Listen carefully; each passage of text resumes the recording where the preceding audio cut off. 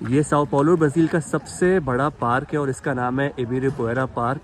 और इस पूरे के पूरे पार्क के बीच में लेक बनी हुई है बहुत बड़ी सी, और इसके सराउंडिंग में पूरा पार्क बना हुआ है। और अगर आपका कभी दिल चाहे कि भाई आपको ब्राज़ील में इंग्लिश बोलनी है, तो वो ये जगह है, क्योंकि यहाँ पे आपको बहुत सारे इंटरनेशनल्स मिल जाते हैं कि जिनके साथ आप इंग्लिश में बातचीत कर सकते हैं। साथ ही अगर आप लोगों को फ्रेश एयर चाहिए है, कभी किसी वीकेंड पे अपनी फैमिली के साथ आके एंजॉय करना है, तो वो ये जगह है, आप यहाँ पर आ सकते हैं। और सुबह आएँ और शाम में जाएं, क्योंकि ये पार्क इतना बड़ा है। आप देखें ज़रा, अभी मैं इसकी एक साइड पर खड़ा हूँ, ये पूरा उस साइड से लेकर पूरा का पूरा ये पार्क बना हुआ है पीछे, और बीच में इसके लेक बनाया हुआ है।